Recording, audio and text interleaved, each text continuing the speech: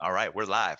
I always say live. It's like, yeah, we're live on the air. We're good to go, but we are actually recording now. So Yeah. I have the wonderful, the one and only Marissa Hawkins here with me today, and what a treat this is. We had been introduced in the summer. Time flies. I actually was like looking back on when we got together for lunch that one day down at Town Square. I was like, golly, it was May. I mean, May already, and now Wow. it's Right. already November. But I had to get your specialness here on the show. So we're here, and I'm Very so honored that you think I'm special enough to be on your podcast. Thank you well. so much, Manny. Listen, any superstar that can come through life Oh, and build up successful businesses and own franchises, be a marketing guru, and I'm giving you a ton of credit right there, right? The marketing wow. guru-ness, and give back to the community like you do, and just do the couple hours we spent together. You deserve to have a place to share your thoughts. I think it's incredible, and we're going to do just that here today. But to bring light to what we were just talking about, you were mentioning that you like to go out to the local high schools here. Was it the high schools, right? The local high Yes, schools. yes. And you brought up a great point, because I think this is something that sort of, I'll actually say it disturbs me with where society is going today. Kids are more distracted than ever. You're a mother. You have I'm a mother of yeah, three. Yes. three, exactly. This is why I wanted to go here with you, because I Yeah. knew you would have a perspective on this. So you're going to the high schools and you're teaching them about change, and sort of the battles that we're facing from what the distractions are and how kids are being entertained nowadays, but also as a parent here that needs to manage her own kids and also be the beacon of light for future generations to come. So I want to unpack that a lot, because I think that you'll have some great insight there. So go ahead and take the floor and share with me some of your thoughts initially there, and we'll just run with this thing. We'll have a lot of fun.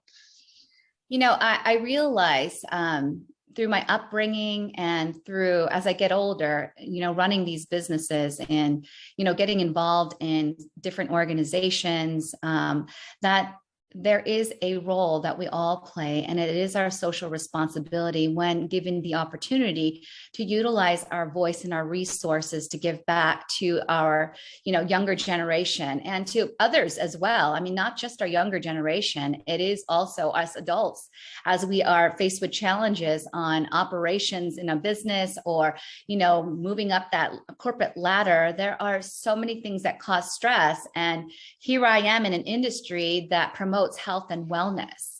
But along the way, I was able to also find another joy that I think can help many people, really face these challenges head on. And, everyone's now really caring about self-care, in a world where even before the pandemic had even happened, we had stresses and we've had, issues with depression, and we really need to control that and stay grounded. And how do we do that?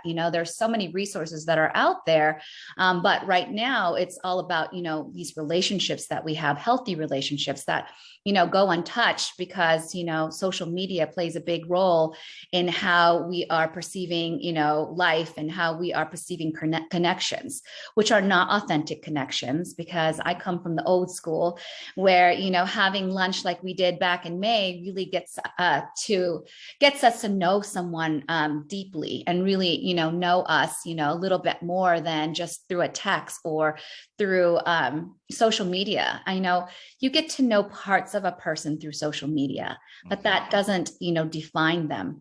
That doesn't let you know or bring you into their true world without time and, investing time and really getting to know someone wholeheartedly.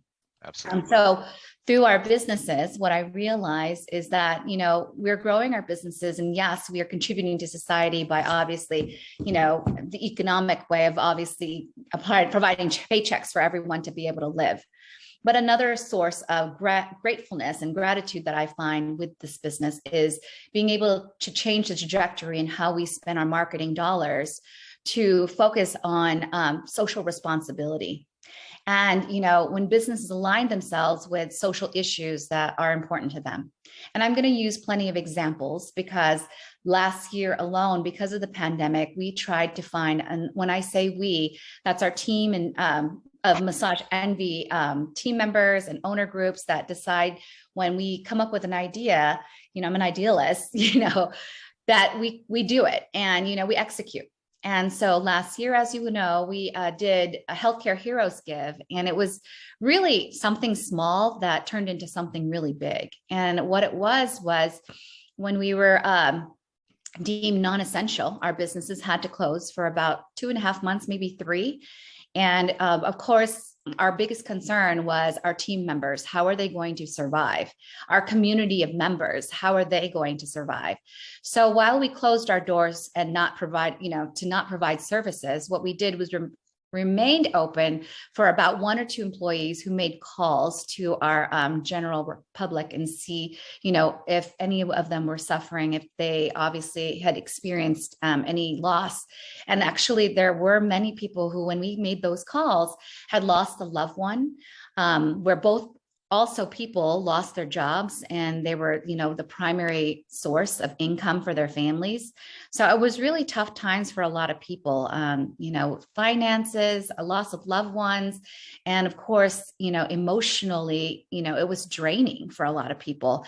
A lot of people, like nurses, had to work long hours and give of themselves selflessly and put their families' lives at jeopardy. So as we were making these numerous calls, there were a lot of tough calls that we had to obviously endure.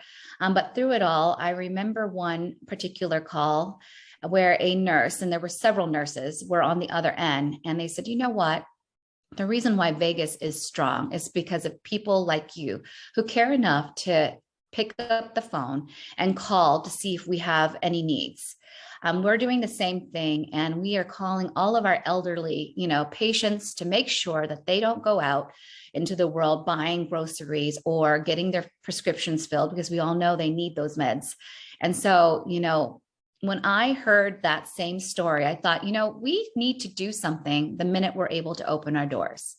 And that's when we planned, before we opened our doors, to do something by asking some of our members to donate some of their unused prepaids to any, local nurse. And so at the end of it all, we did this for about a month, maybe month and a half. And the response was very overwhelming. We raised over 1,200 services in a month's time of people who were so generous. Not only did they give more than one, they gave about 5 or 10 because they had it built up, and they were so generous in the give that in a month's time, we were able to get that much donated. So what we did was we split that amongst the 13 hospitals here in town and gave them to the CEOs and CNOs of the actual major hospitals here, so that they could give it to, the nurses. We just wish we had more. But it is a testament as to what you can do when you put your mind to something and use your resources as a guide to help you to gain momentum of the things that you care about. And so I will share with you the outcome of that. Was we had one nurse in particular who came to one of our locations, and one of my therapists happened to work on that nurse, and the nurse was on the table, and she started working on him. And he all of a sudden started to cry. So she said to him, "Am I hurting you?" And he says, "No, I just haven't been able to relax. I've been working nonstop. I've seen a lot. I've lost, some great friends along the way. And it's just really nice to be able just to release." And so these are the stories that make me know that what we are doing, together is impactful, and that we do make a difference, and that we can all come together to do things within our communities to help one another. Every time I leave church on Sunday, I know our priest always says, take care of one another, take care of each other, do good, and give your best. And that's all you can do in this day and age, but, right now, we are forced to obviously face the challenges that we have right now in a world that's so different than what we are accustomed to. And all we can do is pivot, right? Yeah. But I find myself finding joy in knowing that through our contributions, we're able to do great things within our community. And our team members are able to notice that. They are able to, get involved. They're able to, tell their members, this is what we're doing this month.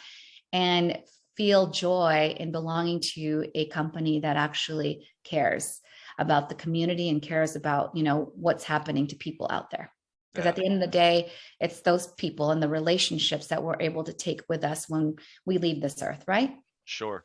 Yeah, what's special about you is I think that you've had sort of a, drawing back our conversation from when we first met, it didn't always start out that way. There's the early days of building companies. By the way, for context, Marissa owns 7 massage envies here in Las Vegas, for those of you that are listening. So she's a wildly successful entrepreneur, female entrepreneur at that, leader who I'm sure is going to inspire a lot of women and men alike as well, because men can learn just as much. This is, and again, being sensitive to how you say things today.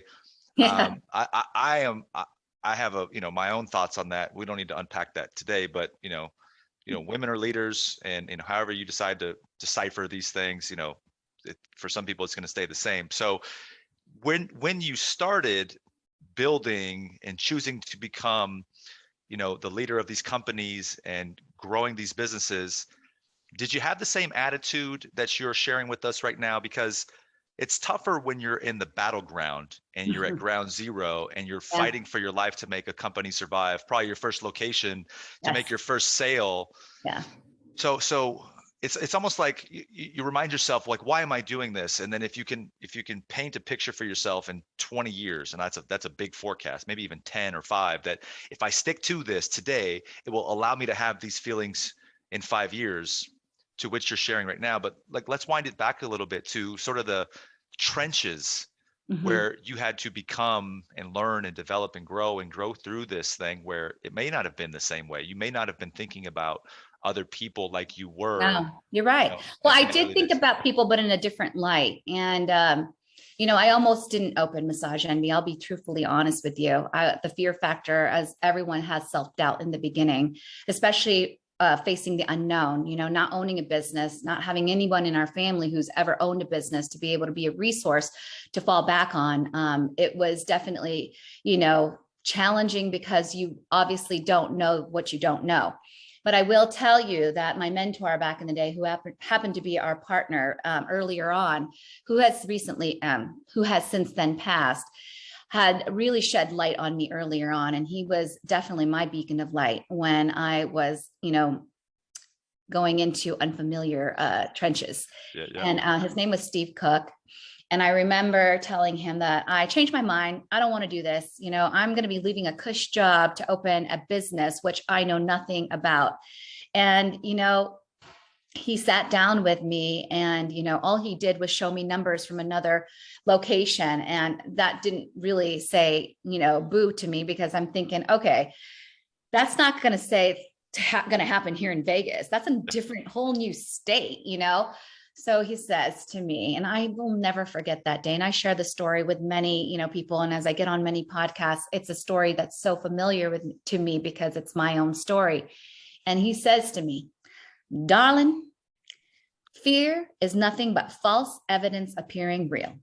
And if you take this leap of faith, I promise you your life will change, but I can't promise you what that change will be. And I just remember that, and I'll never forget it. And I still hear his voice in my mind. And he was a really great person. And he really always knew the right thing to say at the right moment. And I remember meeting his wife years later as we bought some of their locations. And I always got mad at him because he never really showed me the ropes like I thought he was. And she said to me, what you already know, or what you did, was find your strength within. And you already had what it took to, to face these challenges. So he probably already knew that you had it in you and that he didn't have to worry about you.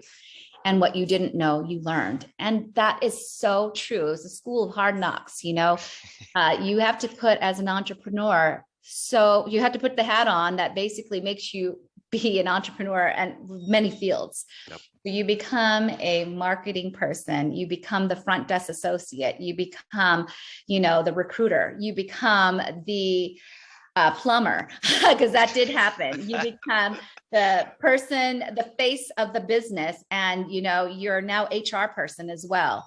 So I can tell you that I became all of that overnight. And sometimes when I look back on that, I don't regret it, because I know that that's something that an education could probably never teach me. They'll teach you the fundamentals, but it isn't until you immerse yourself into the business that you really truly understand. And I read some great books along the way. Michael Gerber's E-Myth book. It was wonderful.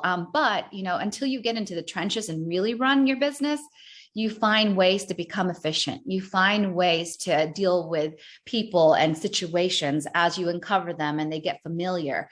And it's those building blocks that help you to become the person you are today. And then along the way, you get really good at it. What is it, that saying that you practice something 10,000 times, you become the expert in your craft?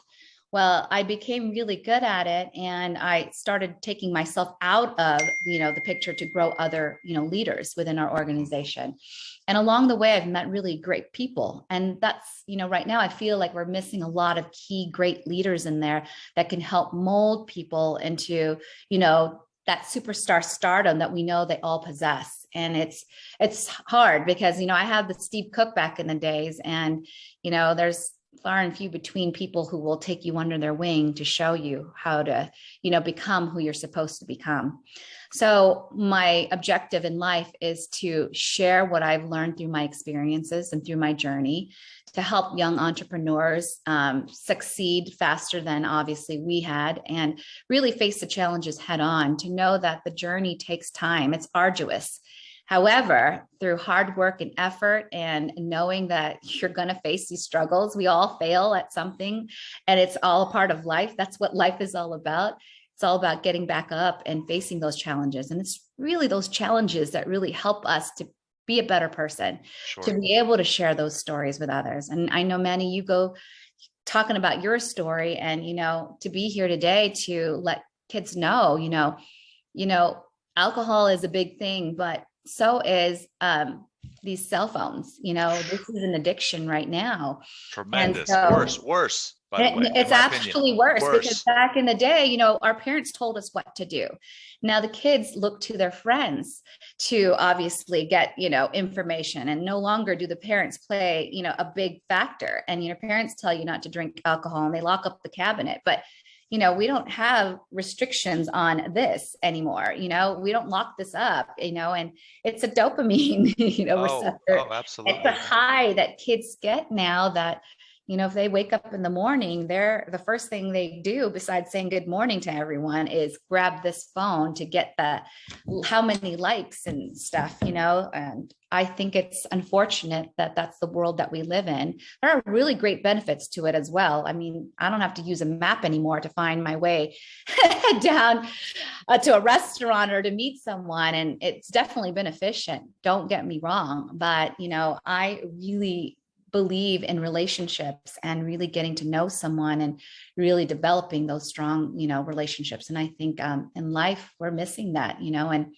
the reason why people, and I think the reason why people drink and people go to the phone instead of to a person to find, solace is because, they obviously haven't built that confidence in them to build those relationships, to build that confidence in them to be able to talk about, their careers and have people, people don't want to say they're not doing so well because for fear that they'll be judged. And, if they only opened up and let them help, I think more people are willing to help. They just, there are too many people pretending that they know it all or pretending that they have it figured out.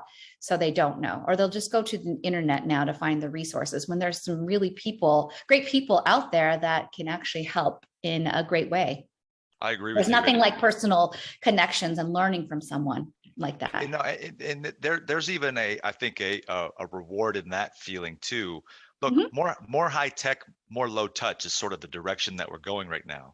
And I actually think that more high tech, you need higher touch, right? And you just mentioned something pretty incredible about the phone Yes. with how kids and even Mhm. adults, by the way, adults are equally going down the Yeah. addiction path of the Yeah. phone because it's It's accessible, hard to it's be a fingertips. parent these days because we're not setting a great example, are So, we? yeah, no, I'm not saying you're not, but I'm saying, No, no, just this, I'm, this is just a thought. And you mentioned mentor. And so I have a great mentor as well. I have a lot of them. Very yeah. thankful for that. But he said something to me very fascinating about when we would go speak on stage. Mhm. Um, in the speaking world, it was when you get on stage, you have authority.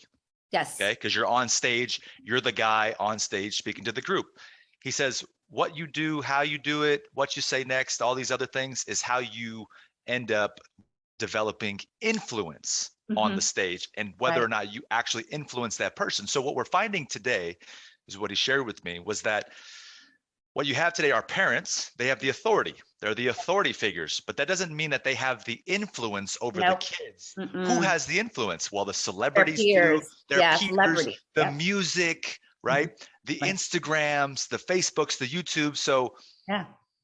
there's a big gap there. It's who's driving the narrative. And so to your point there, I thought that would be a fun thing to quickly touch on because there needs to be I like the word revolution lately. I just like there needs to be a revolution in Right. how we approach this because in my opinion, we are softening to the extreme our Absolutely. younger generation, right? Like Too I feel much. like We give them an you, award for everything. oh, it's too easy, it's too Yeah. lazy, Yeah. and we're dumbing down the Mhm. future potential of our legacies and of our great will of our country and everything that stems from that. So you probably have some thoughts on that as well, but I'm seeing it as well, and we're sort of on the precipice of losing it all, but I still feel there's a ton of hope for continuing to keep control and drive the engines of this sort of I would say attitude of life and people in the right direction. Yes, I think that we're all trying to find happiness, right? And, joy in our jobs. And I always say that if you're not happy in your job, and that's called stress. But if you are passionate and, you wake up every morning and it's not a job, then that's called passion. And honestly, we all are looking towards finding what it is that really helps us to come alive. And, when we find that, and there's always been that moment where, like, oh my gosh, I could do this all day long. And it is not a job for me. Like you love podcasting or, I love cause marketing. I love being able to think of ideas that haven't already been, done or taking something out of nothing and creating a wonderful story. And I can't begin to tell you how much I've enjoyed learning more about people and their stories and how this business has been able to create stories for people that they will never, ever forget. And as I'm going to the high schools, or if I'm going to a school to speak about a career in massage therapy or aesthetics, I don't bring myself too much in the picture. I just talk about the business, but I share stories from my people because no one can tell it better than my people. Mm. And I look like the hero because I provide the home that obviously provides the paycheck that allows them to connect. Our job is so arduous, but it's fulfilling. And you know why? Because at the end of the day, they get to know the impact they make on a person who has suffered, a death in the family, who has suffered an ailment or you know, athlete basically hurting themselves through an injury, coming back to life and recovering. Athletic recovery, is also hard because they're depressed, they can't play. People who lose loved ones who are coping through a loss of a child. We get so many of those stories, and I found one this year that had my aunt not died this year, I may not have gotten that story. So Mm-hmm. this year, my aunt, who shares the same birthday as I, passed away, and she would call me every year to wish me a happy birthday. And with her big accent, she's like, "I want you to be healthy. I want you to be prosperous and well." And I used to save those messages because oftentimes she would call me when I was working, and I would listen to the message and then call her back. Well, last year I had deleted that message because I just knew that I would still have her this year. And I regretted obviously deleting it. So this year, instead of being sad for my birthday, I decided, you know what? I am going to commission my 10-year veterans to write their utmost best story of their most memorable time at Massage Envy. And so I had a good 10% of our team members who actually, I could call on. And there were a few that wrote some really great stories. And what I thought they were going to write were stories that obviously would be happy. But many of the stories were sad and then brought them to happiness. And isn't that, a fact of life? But there is one in particular that I really use in all of my stories. And, had she not shared that with me, I probably wouldn't be so successful when I come and speak to the high schools and students and people who are thinking about having a career in massage. And it's because that if you don't experience, if you're not a massage therapist, and if you don't experience it firsthand, how could you know what we're talking about? We can tell you what the job entails, but that's not what, we're here for, to basically share the story of what the job entails. It's all about the feeling. And the feeling is what everybody's missing. It's that feeling of connection with relationships. It's that feeling of job satisfaction when you know that you've, helped someone. And it's that feeling that you've chosen the right career path because it fulfills you. So if I may, I will share the story that wins so many hearts and really pulls at the heartstrings, but captivates every time I read this, I get choked up, because even though I didn't write it and I didn't experience it, I indirectly have provided the home that gets this story to come to life. I love it. So I hope you like it as much as I do. I'm all ears. Absolutely. Please. All right. Most memorable story. There are so many memorable moments that come to mind when I reflect on my time at Galleria Massage Envy. I remember the veterans I've had the pleasure of working on, two of them specifically. One was an old school ex-Navy SEAL whose wife I had been working on for years. It took her a long time, but she finally convinced him to come see me. He was hooked after our first session, kicking himself for waiting too long and giving me the nickname Angel Hands. The other was a Vietnam veteran who suffered from insomnia. He couldn't sleep for more than a few hours at a time. And every time he got on my table, he slept. I never took that lightly. Both of these men I speak of have since passed away. And I thank God for the opportunity to have served them for 90 minutes at a time as their therapist. Being recognized by the organization as Therapist of the Year afforded me the opportunity to travel to Texas.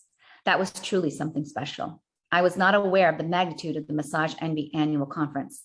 It displayed new and upcoming products, offered free classes, and threw a beautiful gala to honor the winners, both therapists and estheticians from all around the country. I still have the photo of me sitting on a huge Texas Longhorn, and the Texas barbecue that Mario and Marissa treated me to was phenomenal. I am grateful for the week-long experience that will always be one to remember. Also, to be recognized and appreciated for my work alongside my peers who shared the same commitment to helping others was a breath of fresh air. Now, while those moments bring me joy, there is one encounter I will never forget. And it started while I was at home, scrolling through Facebook. A picture and a horrible news story caught my eye and immediately took my breath away. My client's beloved husband was killed in a motorcycle accident. Let me explain a bit more. I always looked forward to seeing this client and hearing her stories about how her husband would plan these elaborate surprises for her. He didn't do anything small. He used all his creativity to show his love for her. He was always up to something, so she always had a story. I hadn't seen this particular client in quite some time, but I felt compelled to send my condolences. I sent her a card and let her know that whenever she was ready, I would love to work on her. I walked into work one day and her name was on my schedule. I was so nervous, but excited that she was coming in. I couldn't wait to give her a big hug, and that's exactly what I did. I took her back to my room where we hugged and cried together. Before she got on the table, I assured her that if she needed to take a break, end the session early, whatever she needed, I was there for her. Stepping out while she disrobed, I went straight to the bathroom where I wiped my eyes, took a deep breath, and prayed for the strength, not just to get through the session, but to somehow help this grieving widow. That's the way our session went for a number of years. Over the course of that time, I learned more about his death, more about their story, and more about myself. I learned the importance of just letting someone talk and vent and question things, something a person who experiences sudden loss does over and over and over again. It wasn't until this year that I noticed a change in my client. She started living her life again, and not just going through the motions. It was a long journey to get here, almost 5 years. As a massage therapist, you put your heart and soul into your work. Some days, the physical exhaustion doesn't even come close to the mental or emotional exhaustion. Sometimes you have to take the long way home just to decompress from your day. Walking alongside my client through this tragedy was hard, but I'd do it all over again to give her a moment of relief. To ease a throbbing headache from crying for just an hour or two was worth it. To quiet her mind and help her body relax, even temporarily, was worth it. Through my 12 years of service as a massage therapist, many memories come to mind. Even as I write this, I continue to think of more. The experience has been beneficial in my life, and my hope is that I was beneficial to those I touched, worked with, and worked for. Galleria Massage Envy, thank you so much for an amazing, unforgettable moment. Wow. So in a nutshell, I think that in life, many people find success in different ways, and whether it be monetary, whether it be, being impactful, or whether it be through, I don't know, whatever. What I do know is that these stories here are the reason why we do what we do, or should be the reason why we do what we do. And oftentimes we can get lost in the, struggles of life and what we're supposed to be doing, and get caught up in the rat race, or just trying to be someone and figure out who we want to be. But in the end, I think that when people get to the point where they realize that if I just take baby steps and try to just see the hill or the mountaintop and start here from the summit and work my way up, whatever, or however long it may take us, that's the gratitude in life that we're talking about. That's the hard work that comes with being a human being on earth that we all must, face, and whether or not, we get there or not, sometimes another door opens for us that we would never have expected. But along the way, there are many stories like this Kayla story that help you to realize that you are where you are meant to be. And so I share that with everyone, because when people think about, their career, they always think about, how are they going to survive? Money. How Yes, they get paid. they Yeah. always think about Yeah. money. And I Yeah. think they never really think about what brings them joy from the very beginning, because either, number one, they don't know what they're good at. They haven't developed the skill yet, or, they are still confused and haven't found what it is. And that's okay. As I go to these high schools, I always ask the students, who do you want to be? What do you want to become? What do you think you're interested in? And I get various responses from many students, and it's intriguing. Back in the day, we would have never had content creator. We would have never had some of the things that they come up with. I'm like, okay, Yeah. I want to be an NFL player. I want to be, an MLB player. I want to be all these things. And it's exciting to catch them in their early stages. Absolutely. But, going through as I become older, going through this path and, riding this journey, I realize that, they have a long road ahead. But if done properly, they can find joy at the end. But knowing that they have to be patient, Sure. because let's think about it. Amazon has made it so easy to, at the snap of a finger, press a button, and next day we have service, we have our product, we have this. And so they are used to not binging on, and they're binging on like Netflix. If they haven't watched it, Sure. we used to miss it. We used to have to record something in order to watch it, and commercials came a dime a dozen, and now they've gotten everything at their fingertip. And it's awesome, but it's also could be a detriment to the way, life is now received. Yeah. Yeah. What fantastically said. Thanks for sharing the story. Mhm. Kayla I hope you enjoyed it. I was getting ready to set up a great I mean, I honestly think that Kayla is a great storyteller. She Like is. she can write. She can write. She's Yes. like, that was so well said Mhm. from her She was. fingertips and her thought. I was like, wow, that's really well told. So she, number one, did a great job. And then for you to give her the platform Mhm. Yeah. as a I leader would have to never got share. that story had I not been Yeah. sad about losing my aunt. But true story, I left my corporate America job to obviously take this leap of faith and raise 3 children under the age of 10, not knowing, if this business was going to succeed. And my husband was working real estate. So you know how that works. It's whatever you get a paycheck, and that could be months. Yep. So I ended up quitting my pharmaceutical job just to do this business. And lo and behold, it has brought me so much joy because of stories like Kayla. And I will tell you that Kayla during the pandemic had enjoyed so much teaching her young boys that she decided to take on another career, and that's become a full-time mother.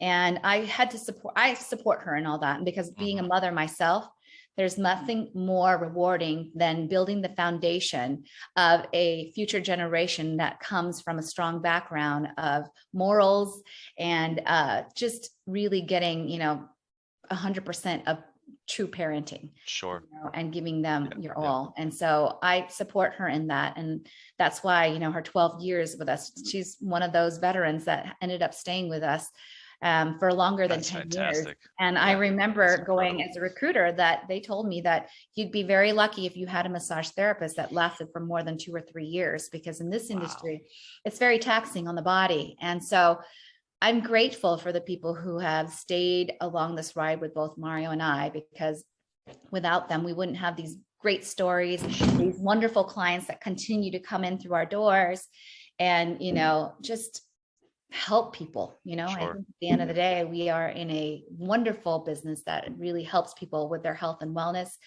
and really, show gratefulness, like the story that Kayla did, to show that she's grateful, not for the money.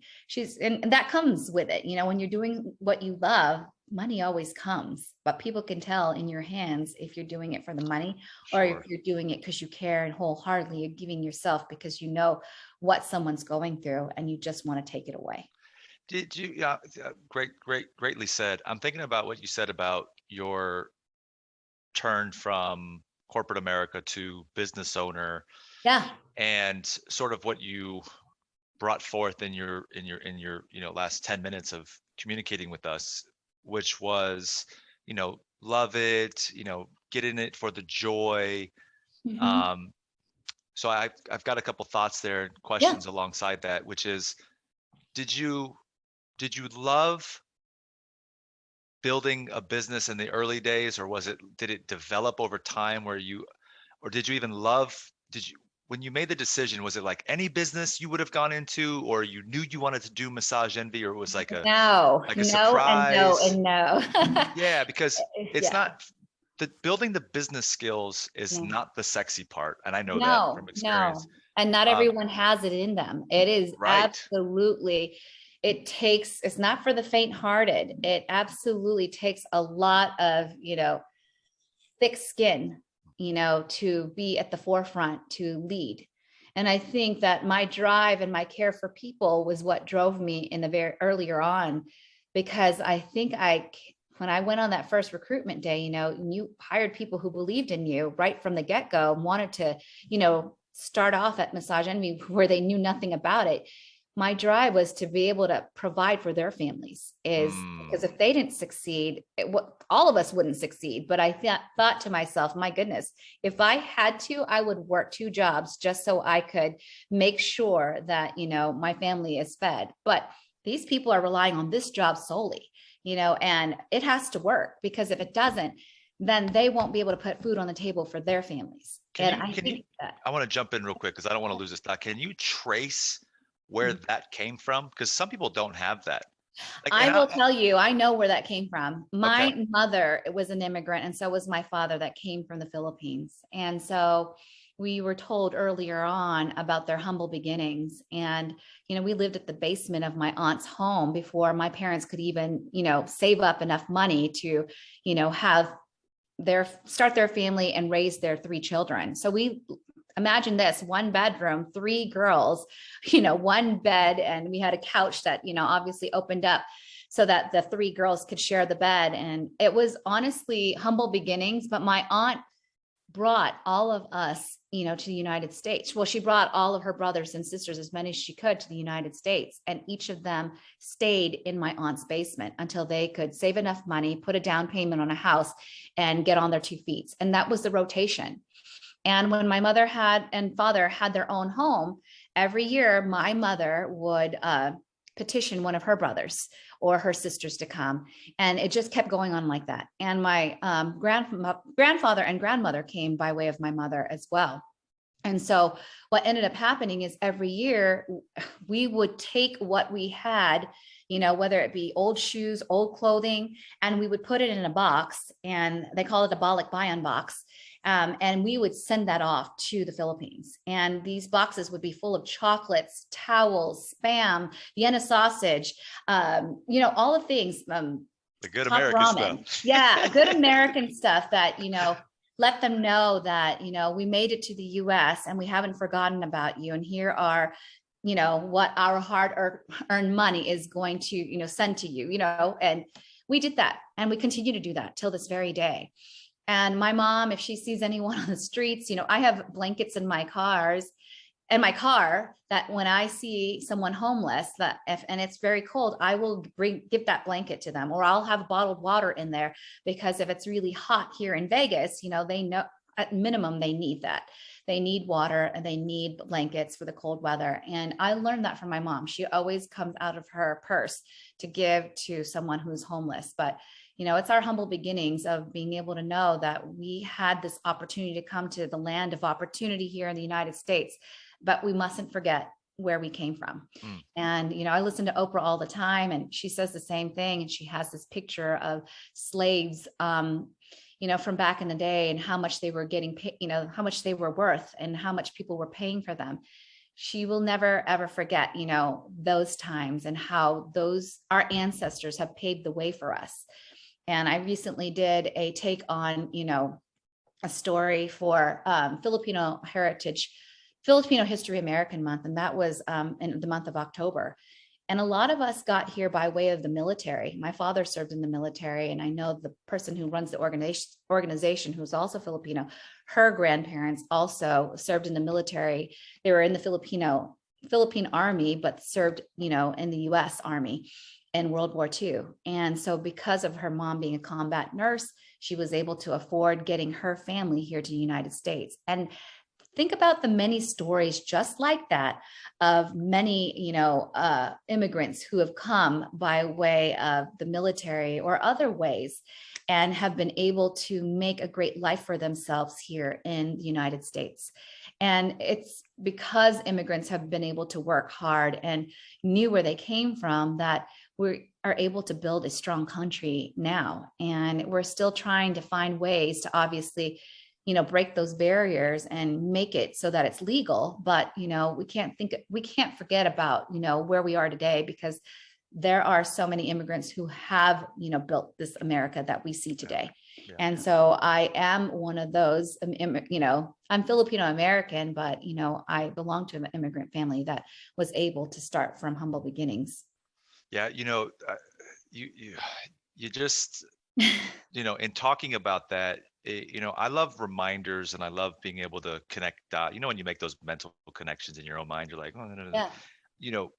The reason I asked that question, telegraphing it to the audience, is because personally, and full transparency, selfishly, you want to find ways to always get better. It's what we're doing on these calls. It's why we do these podcasts, to improve, for other people to improve. But I'm like, let me find what Marissa says drove her in those early days that maybe I can borrow and I can use and connect those dots to fill the gap for some extra oomph, some extra energy to move an initiative. And then you telling me that made me, without ever myself even thinking about this, realize that my grandmother and grandpa came to America with my dad and his brothers and sisters when they were much younger, and brought them from Colombia to the United States, to which my dad met my mother here in Las Vegas, and then I was born.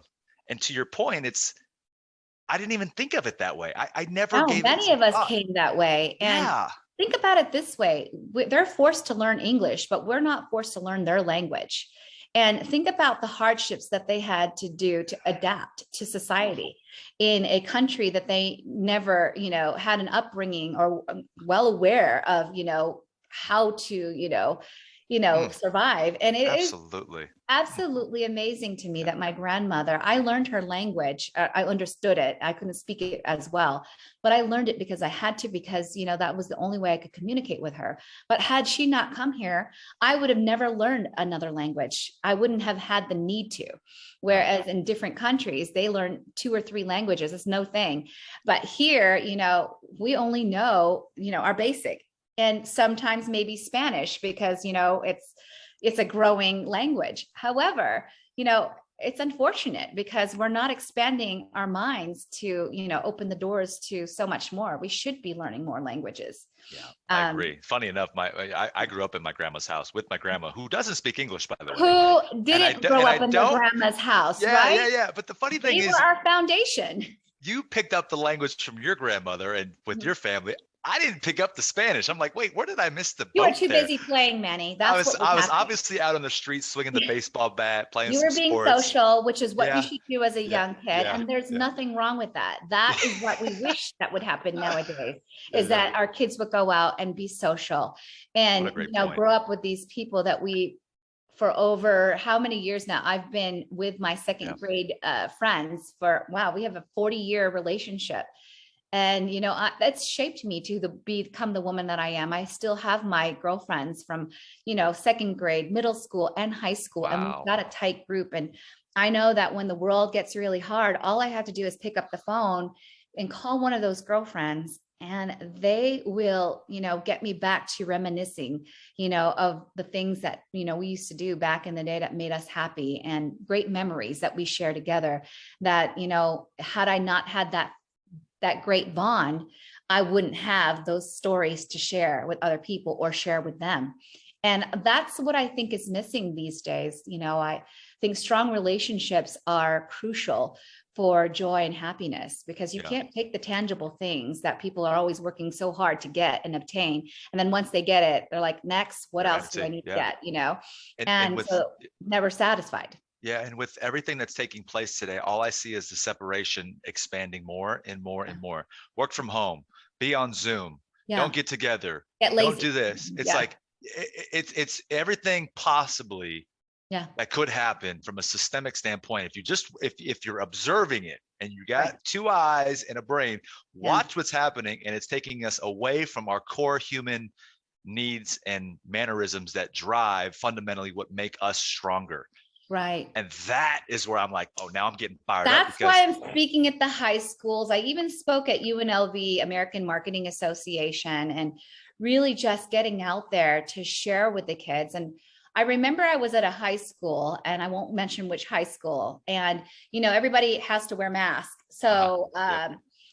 different age groups. I'm talking to freshmen, sophomores, juniors, and seniors. And of course, the seniors, you can tell the maturity level, they're getting it because now they're worried, I really need to listen because I don't know what I'm going to do when I get out of high school. Maybe she can give me some, golden nuggets that will help me, push me, and propel me to be where I need to be. Then you get the younger group who are, they think they've got eons of years ahead of them, that they're, They know it untouchable, all. and Yeah, yeah. they still got time. They don't need to worry about these kind of things.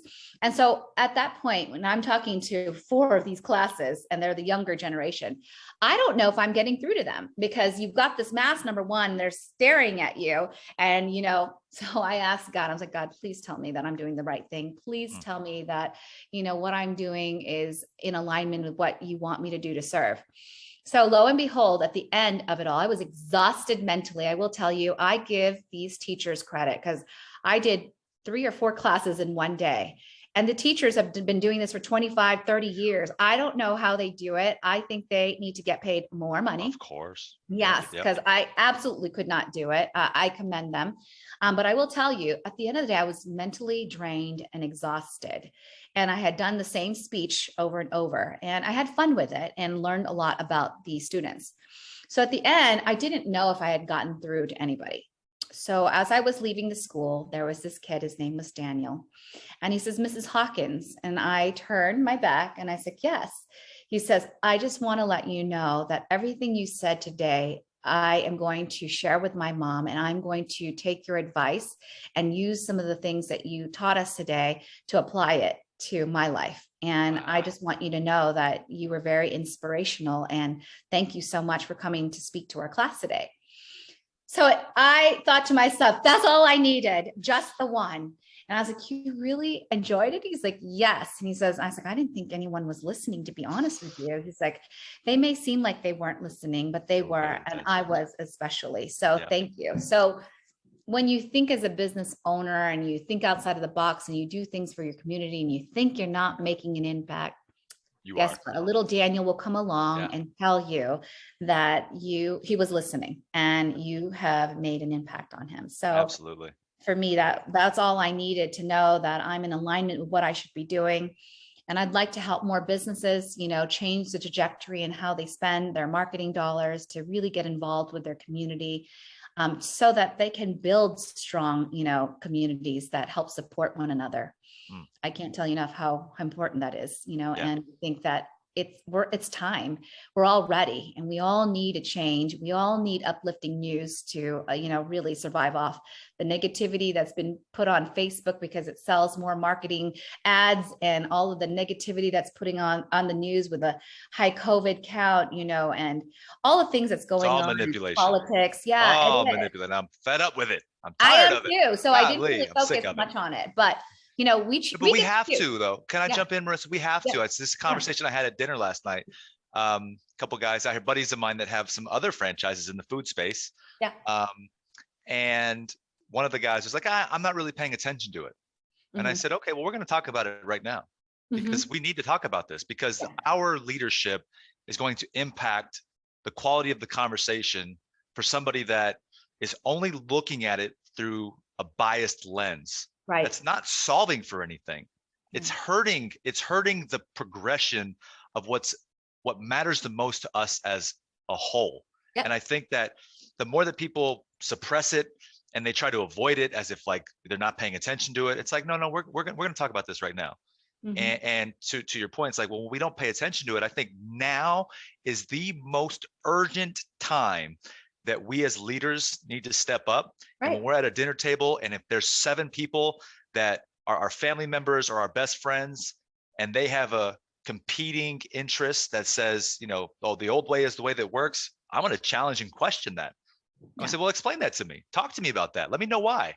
And then I'm going to have a valid point in case to debate, right? And have an opinionated conversation, because I always talk about opinion, but base it off of evidence and facts and data. And let's talk about this. And you tell me why your case matters more, or whatever it is. And then we're going to have a thoughtful conversation, because that's the awakening part, right? We need to awaken the rest of the people that aren't paying attention to it, because if not, there's a big problem. We need for people to come alive. Yes, absolutely. To be strong in their leadership, to stand up and champion what's best for everybody. And if they can't see it, it's like shedding some light in a dark area. There are so much social issues that need to be brought up and need addressing. Absolutely. And one social issue at a time, because there's so many. But it is, our social responsibility as adults to, be the change that we want to see. And I think Howard Thurman's quote says it best. Don't ask the world what it needs. Ask yourself what makes you come alive, and go do more of that, because what the world needs is more people to come alive. And that to me resonates so much, because when you can come alive, you absolutely will do things that matter to you and matter to other people who just don't know how to have a voice out there to start, to make those changes. And so, I think it's important to be a part of the cause that makes that problem go away, or start that problem from being fixed. Honestly, there are so many great companies out there that could do great things and utilize their platforms as a means to create good changes in this world. And I think we need to keep changing. We need to keep doing great things. like I said in the very beginning, the only thing that's constant, as I brought out my phone earlier on with you, is That's that right. change is constant. Who wants to go back to this, even though I still love it? I think it looks great, by the way. I think it's a And dang good I look. obviously chose a cute color to Yeah. obviously bring to the schools. You wouldn't believe how many students come up and not know how to actually make a call. And when they mess up, they said, well, what happens if I forget the telephone number? You start all over. And I'm like, so their memory bank can't even hold a telephone number long enough. But can I just tell you, back in the day, we were able to hold a number. We didn't leave our place. When someone said they're going to call at 4 o'clock, we are at that phone at 4 o'clock. And we couldn't walk around with this phone, we actually had to stay there. So Yep. life and changes, right? Yep. And you had to be at home. You had to be at home to field a call. Yes. You had to use pen and paper to send a note. Like pre AOL. I think AOL might have been the first kicker Oh my that gosh. gave access to the email internet world, right? But that was even when I was in high school. So before that, pre 2000-ish, like you were sending snail mail from pigeons. It's like this is the progression of our access to certain things that have made life more simplistic. But like you said earlier, many different great points there. I want to quickly ask you a question about something that I thought about, because you mentioned it in passing, and then I'll kind of wrap this up, because I could keep you here all day. We could do a 10-hour Yes, podcast. I know. Right? I'm That's sorry. the fun I can part. talk. No. Yeah, I can sit here and listen and ask great questions of you, because that's the fun part. But you mentioned kind of tapping back into this business thing, because I think right now is as disruptive as I guess you could say the grounds for career and business are right now. It's really shaky. People are moving towards wanting to start their own businesses, get involved in something, some way, somehow. As they should. Right. Absolutely. And you mentioned the relationship in marriage. Did you have buy-in from your husband? He was my biggest fan. He actually believed in me more than I believed in myself. Wow. He's my high school sweetheart, and we've been together for 31 years. And fantastic. I only brought the idea to him. I gave him my massage therapist back in Arizona, because I thought she was amazing. And I booked myself with another massage therapist. He was the one, after he received his massage, grabbed a franchise brochure and contacted Steve Cook to have that first meal together, to say, hey, we're interested. And I thought to myself, all I did was on a ride to Arizona, which is a 4.5-hour ride, I made mention, if we were to ever open a business, this seems like a viable one. I mean, I'm into health. I'm into, taking care of my body. We used to go to the schools to get massages, and we loved it. And so I thought to myself, it would be pretty awesome to have a business like that if it came to be that was, open. And who knew that actually was going to be our path.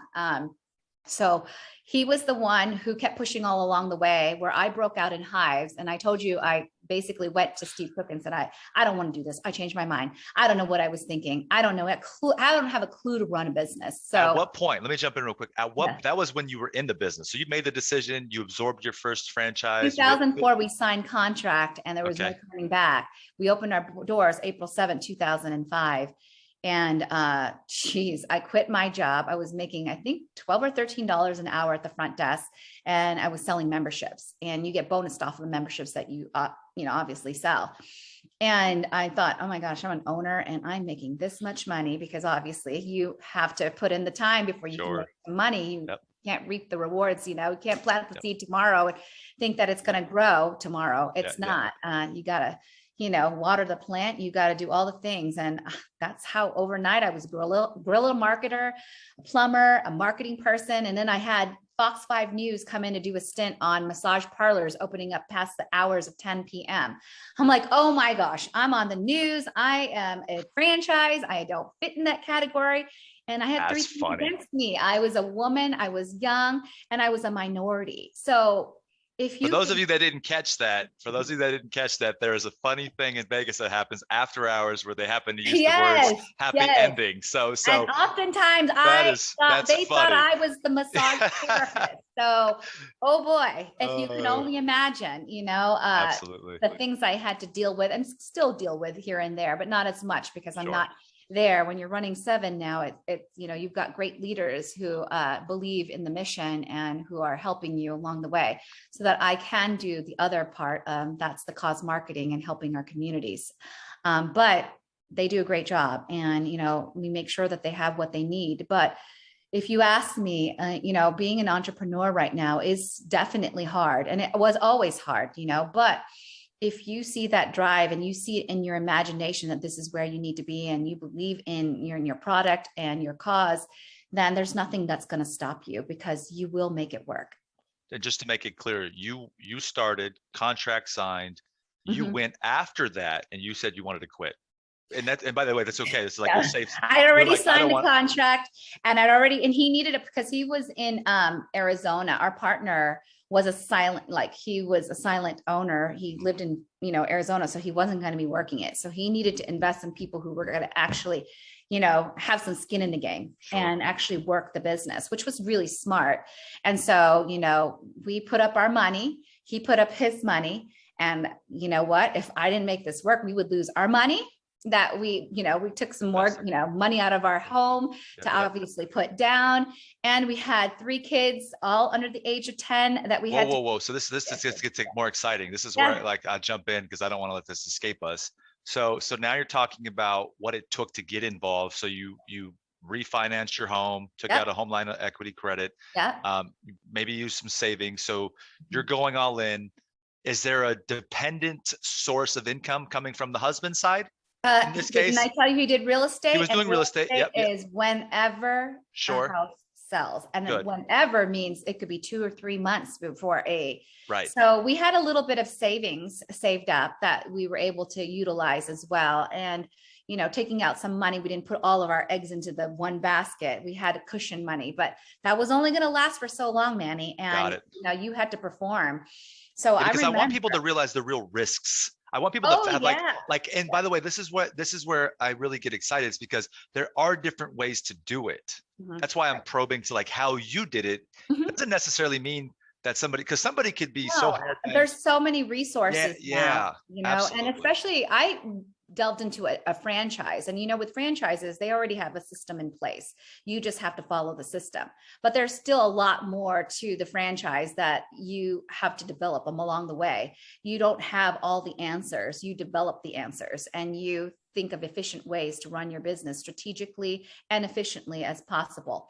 And, over the years, you deal with pandemics, you deal with, 2008, stock markets and all this kind of things. And so you've got to pivot, and you got to, roll with the punches. But, that's what anyone else would do. That's life, right? So it's definitely different, but hopefully 5-10 years down, which this will happen, we will be able to talk about it and maybe laugh about it someday, wow, remember that time when we couldn't find, a person to work and all this kind of stuff. But no, everyone has resources these days. And I always tell young entrepreneurs, because I've actually spoken at University of Phoenix at an economics class. I'm not even an economics major. I couldn't believe they wanted me to come speak. They wanted me to speak about, the differences between the depression and recession and how our businesses had been impacted, by the 2008 recession that we had. And luckily for us, we were able to survive that as well, due to the fact that, people couldn't afford to be sick. People had to get, well, people had to be well. So in order to maintain their self-care, they kept, something that was, needed in their life. And so massages were needed. And when we were closed, people even said, how could you guys be non-essential? I'm suffering a migraine headache right now, and I could really use the likes of Kayla right now to help me to decompress and relieve the stress that I'm experiencing. When do you guys open your doors? So our floodgates open, and boy, there was an overwhelming response to people, who needed us just as much as we needed them. And small businesses have gotten, many of them had to close their doors and had been affected. So we really try to find ways to partner and collaborate so that, we can keep the doors open for other businesses and be a beacon of light whenever we can. So it's a, win-win situation. And I always say life is a team effort. No one gets far alone. And so I try to share with entrepreneurs that there are angel investors. There are people who understand how to read, profit and loss sheet, EBITDA, you got to know, if a business is going to do well or not. You got to know your ins and your outs and get well versed in what's, profitable and non-profitable, and really go to someone who's a guru who can really help you to understand whether or not this business is going to be successful before it starts. And things you learned, because yeah. I can't imagine you came from corporate America with all that unless that was your duty. You had to learn No. along the way, like you said, in the trenches, getting equipped and skilled, and meeting people along the way who've also taught me, things that are important. That's incredible. So, yeah. It's a great story. Yeah, I love what you're about, and the fact that you spent the time. I remember when we first connected, you're just so charming and joyful and energetic via text, right? Yes. And then it was like in person, same thing. Here we are again, so some more of it. So, this has been a blessing that we've been able to come here together and have you share, and we can probably talk offline about doing it again and finding more platforms to keep driving the mission. Hopefully people will want to listen to me, and I provided some insights as to how to start in the game and how to survive in this game, because it's definitely takes a lot of people to be where you are today. All right, so we're gonna do a live coaching session real quick. Okay, yeah. You go for that real quick. There's no hopefully, they are. Yes. That's it. Simple. It's done. Okay. So no longer is it hopefully they'll want to listen to me. No, they're listening to me now. It's already being done.